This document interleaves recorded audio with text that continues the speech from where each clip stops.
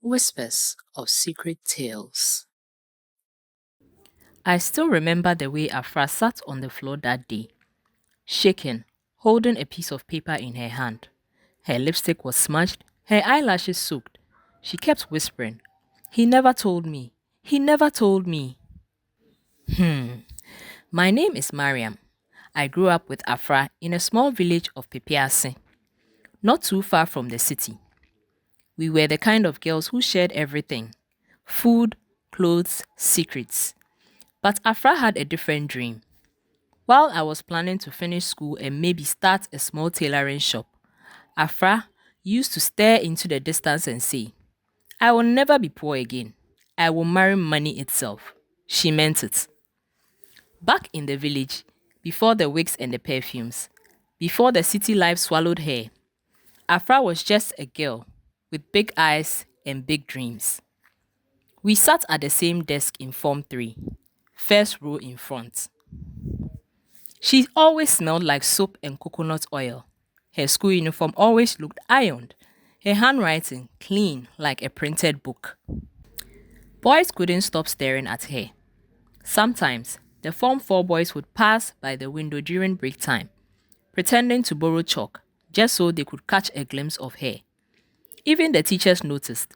Mr. Daniel, the math teacher, used to pause too long when reading the register, pretending to look for her name. But Afra never let it get to her head back then. She was one of the top 5 students in our class. She wanted to be a lawyer. She said, "One day, I'll stand in court and speak for poor women like my mother. I'll be rich too, but the kind of rich that makes a difference." We used to dream together. Her dreams were always louder than mine. But at home, her mother was always worried. Afra's mother, Mama Nuru, was a thin woman with tired eyes. She worked as a cleaner in a health center. Most evenings, she came home with dust on her feet and the weight of the day on her back. One afternoon, I was at their house when Mama Nuru came back from work. She saw Afra sitting outside, laughing with some boys who had come to borrow a book. She waited for them to leave, then called her inside. I stayed outside, but I could hear every word through the thin walls. "Afra," she said, her voice low and firm, "you are growing into a woman now. Men will smile at you, bring you sweets, even lie to you. But don't let them use you and throw you away like yesterday's food." Afra was quiet. Her mother continued, "You have something many girls don't have: beauty and brains. But beauty can fade. If you follow men too early, you will ruin your future with your own hands. Is that what you want?" "No, Mama," Afra said softly. "Then listen to me. No shortcuts. No chasing shiny things. Finish school. Build your life with your own hands. Then the right man will find you when the time is right." Afra promised. She always said, "I'll make you proud, Mama." But life is never a straight road. And sometimes, even good girls with the best of intentions take the wrong turn. Afra was stunning. She had this smooth skin that glowed in the sun and eyes that made people stare too long. Everywhere we went, men turned. But Afra didn't care for the men who rode bikes or sold tomatoes. She wanted men in big cars. She wanted perfume, phones, gold, a soft life. She got it. It started when we were 20. We moved to the city to look for work. I got a job at a sewing shop. Afra said she would network. That meant dressing up and going to lounges where rich men drank. It didn't take long. One night, she came home, dropped a bunch of shopping bags on the bed and said, "His name is Chief. He has 3 houses." I laughed. "You think his wife won't beat you?" Afra smiled. "He said she lives in London. She won't even know I exist." "And you believe him?" From then on, Afra's life changed. She stopped taking the bus. Chief gave her money for a small apartment. She started wearing wigs that cost more than my salary. And she was happy, at least on the outside. Not long after that, Chief showed up at the apartment holding a set of keys. He told Afra this was to be a car that he got for you. She is at liberty to use it at her will. He also said that he will get her a driver. Afra was elated. She was on cloud nine. She asked, "Is this real? Chief, you have outdone yourself." But sometimes I'd catch her staring at her phone, confused, or she'd cry in the bathroom, quietly. She said Chief didn't answer her calls sometimes. Other days, he came and left in a hurry. One Sunday evening, she came home and something strange was going on. "Mariam," she said, "why do men act weird after sleeping with you?" I blinked. "What do you mean?" She sat down serious. "After we did it, he got up, showered and left. No talking, nothing." She said, "He only said, 'Take care of yourself.' And he drove off." That was the first red flag. I told her something wasn't right. She waved it off. "He's just busy. He has meetings." One time, Chief picked her up for a day of outing to spoil her with gifts as usual. He parked at a fuel station to pump some gas. Afra was left in the car for a while. As Chief entered the convenience store to purchase a few things, she decided to check the glove box of the car for a charging cable for her phone. But she stumbled upon a set of pills. Her curiosity got to her. She picked it up and wondered, "What is this for?" She quickly took a picture of the back of the pill box and put it back as she saw him returning. After he dropped her off, she checked the name of the meds online and realized they were ARV, those taken by people with HIV. "What?" she gasped. She got back to her apartment quickly and showed what she had found online to me. I asked her if they were using protection. She said sometimes. I was shocked. I told her that was very irresponsible of her. What if the man is infected? Oh my God. I began to shiver. So many things were going through my mind. I asked what she wanted to do. She has to ask Chief for him to explain himself. She decided to confront Chief. She asked him, "Is there something he has to tell her?" Chief responded, "What do you mean?"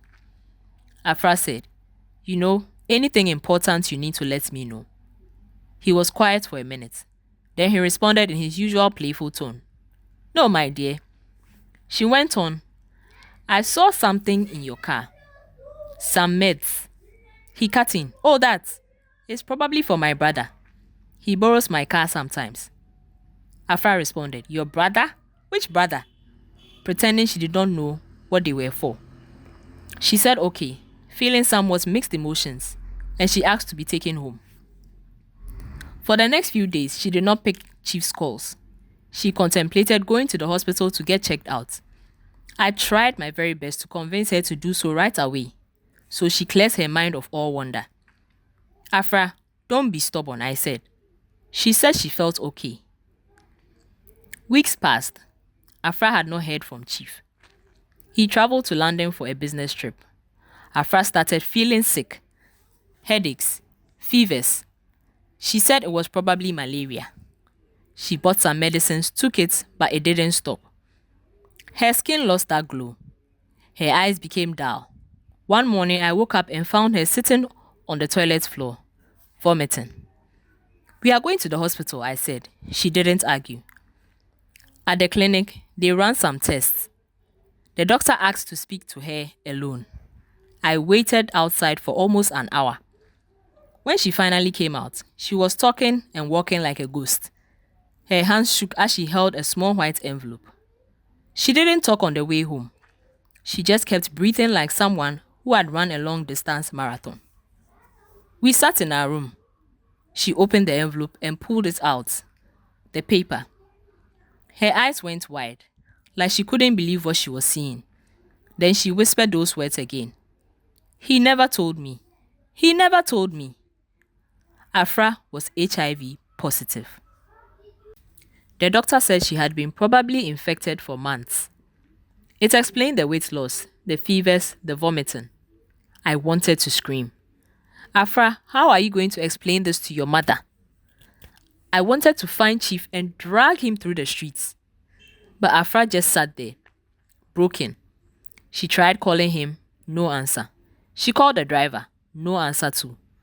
She began to panic. She sent him messages, no reply. It was like he vanished. 1 week later, she got a text. Just one line. Don't contact me again. I warned you. I had a complicated past. Afra fell into silence after that. She stayed inside all day, refused to eat, refused to shower. She blamed herself. All I wanted was a better life, she said. All I wanted was to escape this poverty. I didn't know it would cost me everything. I panicked and convinced her to call her mother. This was not something she could go through alone. Mama Nuru got on the next bus to the city to attend to Afra. When her mother arrived, she was overwhelmed with sadness. She scolded Afra, as she well deserved, and reminded her of the conversation they had before she left the village. With tears running down both their faces, Mama Nuru told Afra that she is there for her. Mama Nuru recalled her own life as a young woman who got distracted by a young man in her village. She gave birth to Afra early in life. She went through a lot as her father disowned her for what had happened. She had to abandon her education and do menial jobs to survive and take care of her child. This weighed heavily on her mind. She told Afra to take this as a big life lesson and learn from it. All that glitters is not gold. I sat behind her and beside her every night, holding her hand. I didn't know what to say. What could I say? The truth is, Afra made a choice, a dangerous one, and now she has to live with it. But she's still fighting. She takes her ARVs now. She's learning how to live again, one day at a time. She even talks to other young girls, warning them, begging them to be careful, but still has her beauty. Now it comes with sadness in her eyes. Every time I look at her, I remember not all that glitters is gold. Sometimes it's poison. Guess what? Months later, Chief called my phone, asking for Afra as she had blocked him on her phone, saying he was in town and wanted to meet up with her. I'm not sure if it was out of guilt or this man just had a loose screw upstairs. After all he had done, I wanted to drag him, but I had a better plan. I told him I will call him back. I told Afra, let's come up with a plan to get this man to pay for what he did. She agreed. I told him I will reach out to him in a few days. After that, I called him and arranged for us to meet, together with Afra. Before then, during those few days, before I reached out to him, we visited the clinic for our first routine checkup and to pick up ARVs. We then informed the doctor that the man who was the reason for our first date was back in town. We needed his help to get him arrested. He obliged and asked that we arrange a day and time to meet him along with the police. Ooh, I could not wait to see his face when he was grabbed. The day came. We went to the shop where we had agreed to meet, close to the place. The police hid in the shop, looking unassuming. Once Chief entered, we could see him approaching our table. We were seated at the table in the far corner of the shop. I saw that Afra's countenance had changed. She looked like, in that moment, she carried the anger of 10,000 female ancestors who had been treated badly by a man. I held her hand and asked her to calm down, reminding her, we are here for a good reason. As he got closer, I signaled the doctor who was seated at a different table a bit far from us. He got up and went to the back to call the policemen. Before Chief was able to take a seat, they grabbed him and arrested him. The relief on Afra's face is something we still laugh about till today. Chief was jailed after he was found guilty of knowingly infecting Afra. Afra is back to her happy self, embracing life as it comes. She got a job as a shop attendant at the clothing shop where I work, and she is saving up to go to law school. I'm so proud of her for not giving up on her dreams. In this life, our imperfections may lead us to poor choices, but they must not keep us down. What you sow in life, you shall surely reap. What do you think about this story? What lessons do you take from it? I'm so glad Chief was caught. Let's look forward to the next story. If you love this, please go ahead, subscribe, like, share. And this time, please tell me where you are watching from. Thank you.